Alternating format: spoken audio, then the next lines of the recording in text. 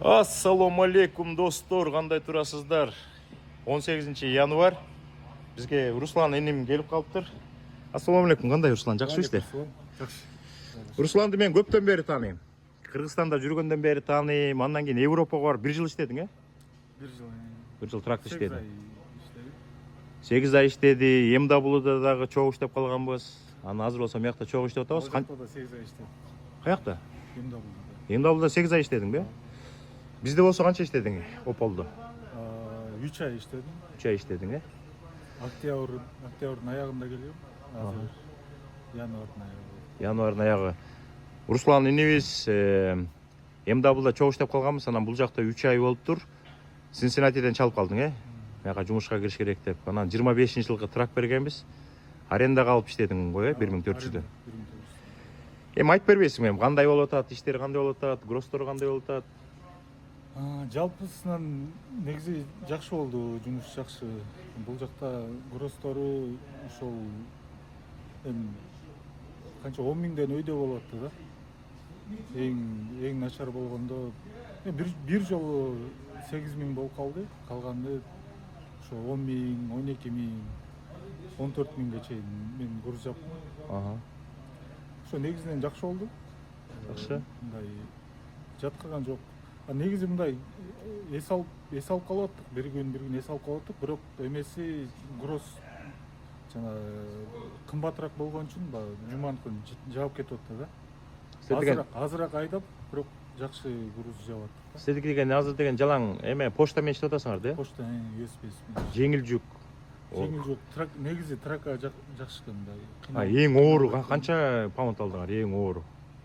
Эң оор анын эмесин паундун жазылбайт экен. Негизи 15 миңге чейин. 15 миңге чейин, Өзбектер, диспетчерлер. Өзбектер менен иштешет. Жакшы, азыр өзбектерде бизде 4 бала иштеп аткан. Азыр алар жетишпей калды, азыр 2 бала алып атабыз да дагы. Өзлөрү таап атат, күчтүү диспетчер деп. Негизи жакшы болду. Эми жакшы таап берип атты да, бизге ошол эле да. Груз жакшы алып берип турса эле. Ошол. Көп жигиттер бир компанияга келет, иштеп көрөт, жумушу болот бекен, кандай экен, диспетчер кандай иштейт, зарплатасын кандай берет, деген баарын билгенден кийин анан баягы любой эле киши овдор болуш керек да. Трак өзүнө сатып алыш керек. Например деген Руслан бизде иштеп атат, 1400дөн төлөгөндө эле бир 5200 бизге берип коюп атасың. 3 ай иштесең уже 15 миң берип койдуң. Аны эмне кыласың бизге берип? Андан көрөк өзүңө зыңкыйган трак алып туруп, өзүң овдор катары иштеди. Азыр пландар барбы? Азыр пландап атам, ушу трак алыш керек болуп атат. Азыр трак карап атам. Трак карап атасың, Ушу компаниядан көрүс алабыз. Жакшы, азыр ыңгайлуураак трак чыгып. Бизде азыр 23-жылкы 3 тракты көрсөтүп атабыз. Анан может ошонун бирөөсүн тандап алып калышың мүмкүн, Буйруса жаап калса ошону алабыз. Жакшы. Ошо даун пейментке акча таптык. Жакшы. Алабыз буйруса. Ооба, любой эле киши баягы трак алам деген киши первоначальный взносты берет да Америкада. Негизи закон ушундай.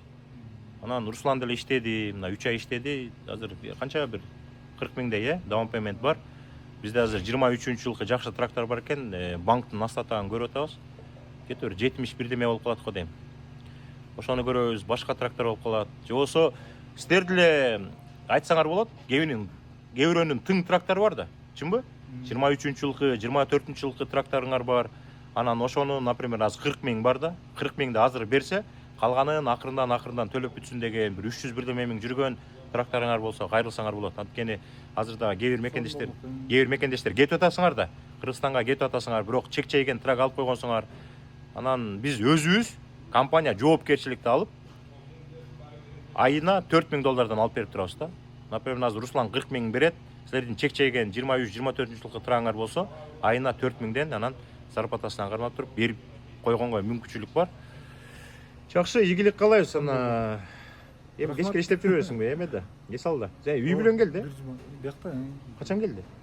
Ошо чоң эле келгенбиз. Чоң эле жок. Мен эме путать этип атырмын. Бир Адилет деген инибиздин воссоединение кылып жакында үй бүлөсү келди да. Алда аябай катуш деген жигит болчу. Мен биринчи келгем негизи. Биринчи келип 2 айдан кийин семьяга келгенсиң. Жакшы, рахмат. Ошо Алмазбайкеге рахмат. Негизи мен Америкага келгенге аябай жардам берген да. Бул жакта келгенде СДЛ школго сүйлөшүп арзан кылып Эмеге окугансың да, Висконсинден окугансың, жакшы. Бактыярларда окуган. негизи ошо ыраазычылык айтайын деп жүргөм, негизи чоңураак калат сизге. Бул эми Өзү койгон жигит Руслан. Тиякта да жакшы жумушу бар болчу. Аны таштап Европага барды, аякта бир жыл иштеди. Маңдайына грин карта жазып коюптур, чынбы? Ойдогудай болду бар, Мияка келди, азыр Синсинатиде турат. Анан деген жакшы маалыматтарды да азыр берип турат. Айтып койчу, Руслан өзү блогер, начинающий блогер да. Сонун нерселерди көрсөтөт. Баягы тракта жүргөндө баягы кичине физкультура менен займатыш керек, ар кайсы штаттарды көрсөтөт. Отметка кылып коебуз. YouTube анан Instagram баракчасын отметка кылып коебуз. Instagram, эметкеле катталгыла, киргиле, сурооңорду ошол жактан бергиле. Руслан деген грин карта менен келген. Кандай келгенде эмне кыйынчылык болду, кандай десе, жазса жооп бересиң да, чынбы? Кээ бирөө жооп бере беребиз да. Билгенибизди жооп бере беребиз. Эркин микрофон, эркин. Салам айт, же болсо бир кызык бирдеме болсо айтып беришил. Свободный микрофон. Эми ошо Алмаз байкенин катталуучуларына баардыгына ысык салам. Кыргызстандан көрүп атса керек баардыгыңыздарга ден соолук. Ушу оорубаңыздар, ар дайым ийгиликтин үстүндө ден соолукта болуп жүрө бериңиздер. Бири-бирибизге кыргыздар жардам берип жүрө берели. Ушу Алмаз байкеден үлгү алсак болот да. Биз да аракет кылабыз. Колдон келишинче жардам бергенге. Могу азыр деле келип атат. Акырындапчы. Ошо эң биринчи келгенде кыйынчылык аябай болот да. Чынбы? Ошолорго бир совет айтып койчу могу. Америкага келгенде ойлошот го ошойт. Келе калып эле жыргап кетем, анан тиги СДЛди алып эле уруп кетем тигүү депчи. Жолго чыгып кетем. Азыр деле жазып калышат. Мен кандай барам, тракка кантип чыксам болот депчи. Бирок эң негизгиси эле эме окуш керек экен, тил окуш керек экен. Тил эң биринчи эле тилди жакшыртып алсаң, бул жакта эмелер көп да. Иштей турган жумуштар көп. Мындай көп жака мындай жол ачылат да. Тил билсең, Тил билсең, тил жок кыйын экен да. Эме кылып жүрө берет экенсиң, көп жака эмете албай калат экенсиң. Жумушка сүйлөшүп кире албайсың. Анан керек нерсе машина, Машина. Тил, анан машина. Машинасыз жок, оокатың жүрбөйт, ачык. Машина жок, кыйын болот экен. Ошо тил билиш керек биринчи. Экинчи, машинага бир аз акча ала келиш керек. Квартира, анан эми башкалар уже элдер бар эле билсе керек. Тишпиш, оңдотуп алыш керек, алардын баарын билет да. Эң негизгиси тил, анан машина. Машинаны запаска акча алып коюш керек, ато деген мияка келгенде анан тыйының жок болсо калыбай каласың. Уже оокат кылып кете берет да. Хорошо. Ошо, ийгилик барыңыздар. Жакшы кел. Русландын колун дагы бир кысып болду. Кудай буйрса дагы иштешебиз. Кудай буйрса жараткан Алла Таалабыз маңдайга жазып койсо керек бир машинаны, Ошону алып овнер катары иштейсиң. Үй бүлөлүк чоң бакыт ала. Өткөндө биз кезиккенбиз, үй бүлөң менен сүрөткө түшкөнбүз Синсинатиден. Ийгилик эле каалайбыз. Сизге да ийгилик. Жакшы. Ушинтип элге жакшы маалымат жеткирип жүрө бериңиз. Жакшы. Азыр деген Русландын аркасын көрүп атасыңар, ушул полкалар бир определенный убакыттан кийин толот. Олардын бүт баарын могу шапка керектүү материалдын бүт баарын мояка бужурата толтурабыз. Азыр четтен келип атат акырынчы. Бирок мына мондай коробкалар толот, запчастьтардын бүт баары. Кийинки эфирден жолуккуча сак саламатта калыңыздар. Ассаламу алейкум достор, могу бизнес жөнүндө ой пикириңерди бөлүшүп койсоңор. Мондай вен сатып алат экен. Вен сатып алып туруп, ичине эчтеке деле оборудование кереги жок, анча-мынча инструмент, анан лобой алмаштырат экен да. Ушул жигиттен сурасам, күнүгө канча лобой алмаштырасың десем, 10 лобой алмаштырам дейт. Volvo'нун лобойун азыр $200 алмаштырды, а моякта бир трактын лобойун азыр 275 алмаштырып атат. Могул жерде бат иштейт экен, жакшы иштейт экен. Могул лобойду 275 бат эле алмаштырып койду. Сколько минут он этот? 15 минут, 20 минут?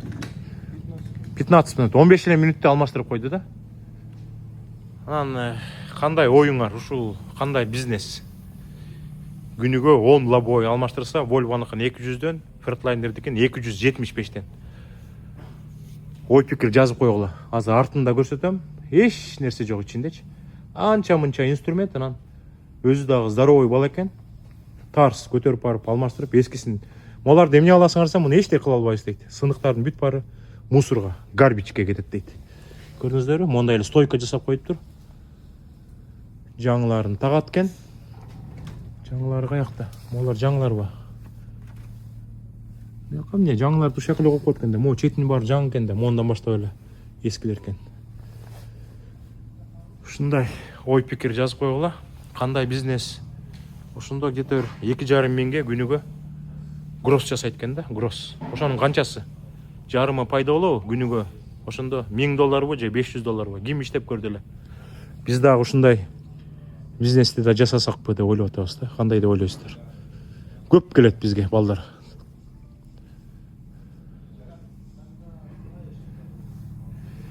Кийинки эфирден жолуккуча сак саламатта калыңыздар.